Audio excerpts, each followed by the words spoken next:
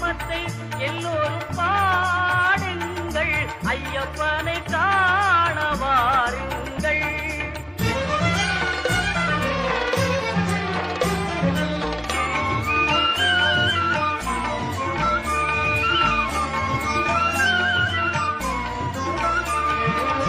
தயவும் கருணையும் கொண்டவன் ஐயப்பன், தயவும் கருணையும் கொண்டவன் ஐயப்பன்.